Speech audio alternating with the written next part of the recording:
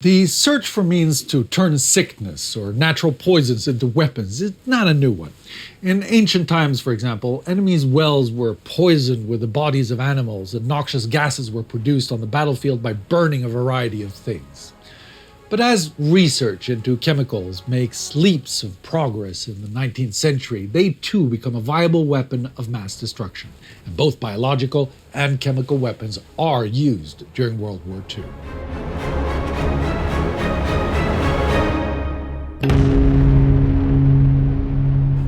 I'm Spartacus Olsson. This is a World War II in real-time special episode about biological and chemical warfare.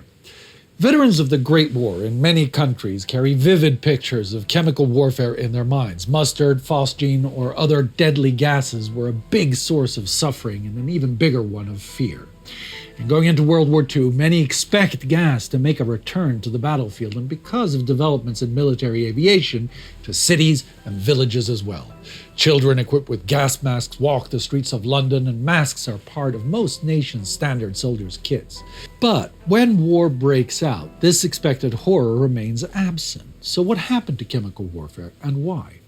Well, the use of chemical weapons is already outlawed in the Brussels and Hague Conventions of 1874 and 1899, or at least they try to outlaw it.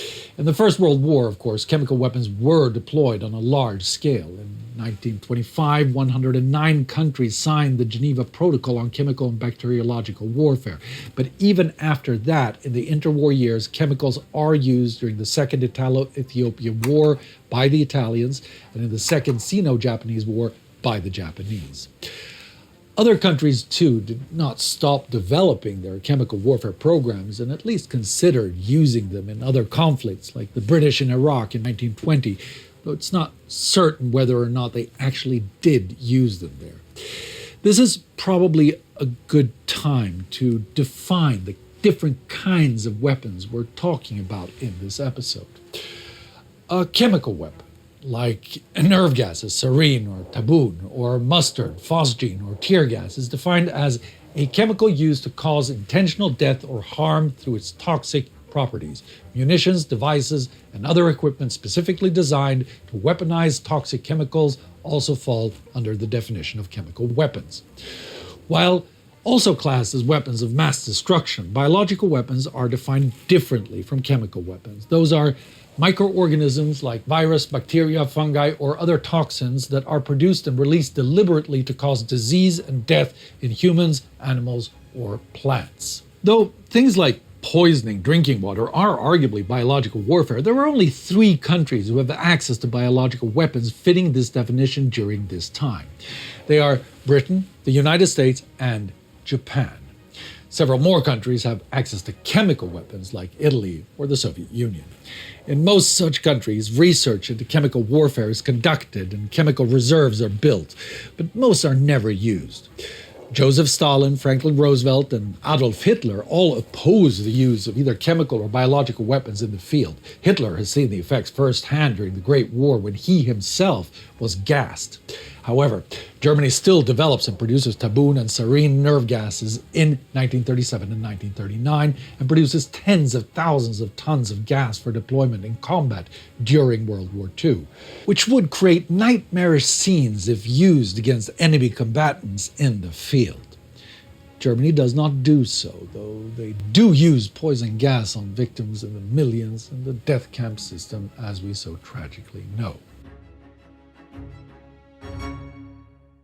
But chemical and biological warfare is very unpopular with the general public and in the international community. It's terrifying. It's seen as cowardly. It has gruesome effects. Also, many know people who'd been gassed in the Great War and see that the long-term effects can be the most debilitating of physical damage. Britain and Germany even secretly agree in 1939 to not use either of the weapons categories unless the other uses it first. Roosevelt adopts the same position in 1943. Winston Churchill was less reluctant to advocate the use of chemicals before, but he goes on to state that we are ourselves firmly resolved not to use this odious weapon unless it is used first by the Germans. Similarly, Japan confirms that it would not make use of gas in the future of supposition that troops of the United Nations also refrain from using it. But that is a lie. Japan is one of the only two countries during World War II to intentionally deploy chemical or biological weapons. The Japanese invaded China in 1937 and have used several gases there. They frequently deployed tear gas, nausea gas, mustard gas, and lewisite against the Chinese nationalist and communist forces. As their advance slows down, they start to use increasingly more gas and more deadly types of gas. There are over 2,000 recorded cases in which the Japanese used chemicals against their enemy between 1937 and 1945. The Chinese facing those weapons are often poorly equipped to handle it as well, lacking gas masks or any protective clothing or even footwear, causing thousands of deaths and many thousands more injured. Japan put a lot of effort into their biological and chemical warfare research already in the 1930s. The Japanese Kwantung Army, a relatively autonomous army group, sets up a covert biological warfare research center in 1932. It is located in occupied Manchuria and led and founded by Dr. Shiro Ishii in Kwantung Army Unit 100. Research is done into combat conditions and diseases using local populations in experiments, exposing them to sub-zero temperatures, to wounds, and to cholera. Comfort women are infected with venereal diseases. Gas and biological agents are tested on hundreds of civilians who are sometimes dissected or even vivisected. The test subjects are Chinese or Manchurian civilians who the Japanese see as ethnically inferior and for whose lives they show active contempt. In 1936, Dr. Ishii moves to a huge 150-building compound called Pingfan, 30 kilometers outside of Harbin. It has an airfield, a railway line, and an explosives testing ground. To the general public, it is, ironically as it turns out, known as Pingfan's Anti-Epidemic Water Purification Bureau. But in reality, it is the place where Kwantung Army Unit 731 and hundreds of Chinese and Manchurian slave laborers and Japanese doctors and soldiers work on the development of biological weapons. Dr. Ishii is particularly interested in the idea of creating epidemics and pandemics, which will spread without much further intervention once launched. In one of his inventions, millions of plague-infected oriental rat fleas are dropped from low-flying planes.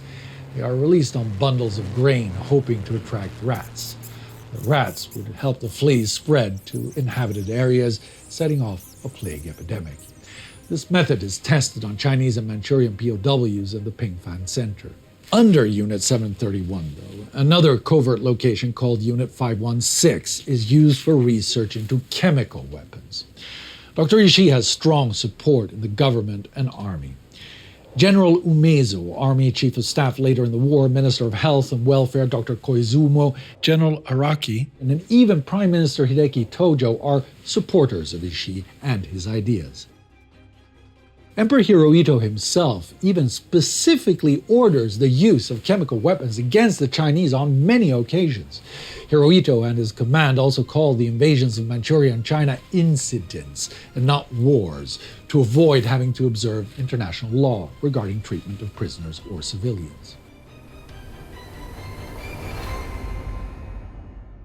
Dr. Ishii also deploys his biological weapons in China. During the 1939 Nomonhan conflict with the Soviet Union, he sends out a suicide squad to try to contaminate the Khalkhin-Gol River with cholera and typhus.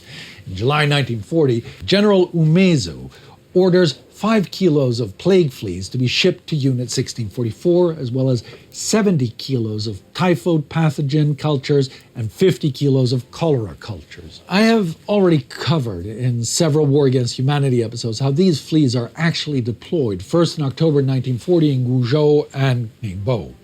An American minister in Ningbo says, "As this lone plane circled slowly over the heart of the city, a plume of what appeared to be dense smoke billowed out behind the fuselage.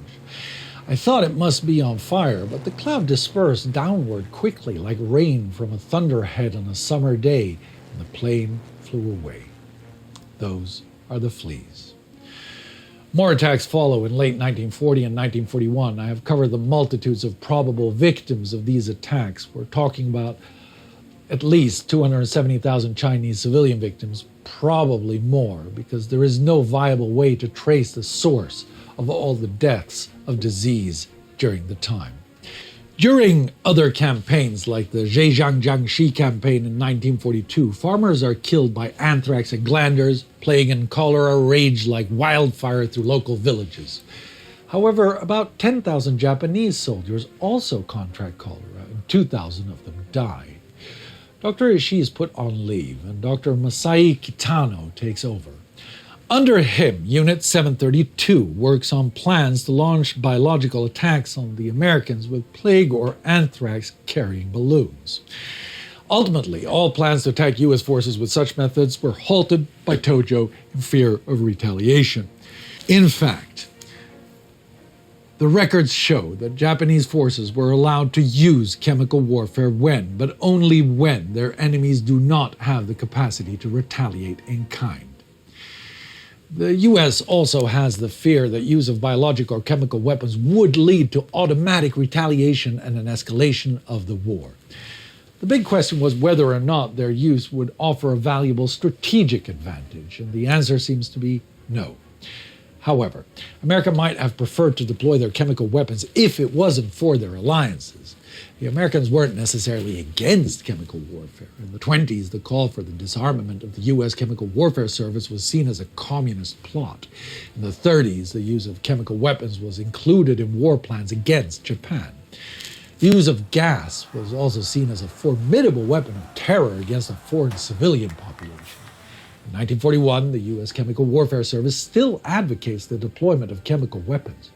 From 1941 to 1945, the U.S. spends $2.8 billion to invest in its chemical and biological weapons program through the Army's Chemical Warfare Service. They produce more than 140,000 tons of gas.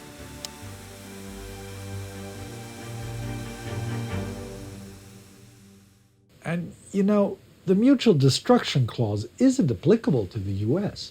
While European countries are equally vulnerable to each other's weapons, all live within flying distance of each other.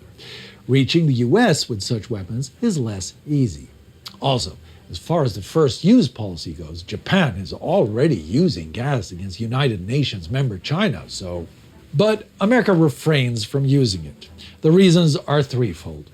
First of all, Roosevelt dislikes such attacks. Second, despite making threats that they will use chemicals when their enemies do, the Americans lack the infrastructure to actually deploy chemical weaponry on a meaningful scale. Thirdly, the Japanese might not be able to retaliate against American civilians, but the Germans might do so in Europe against the Allies there.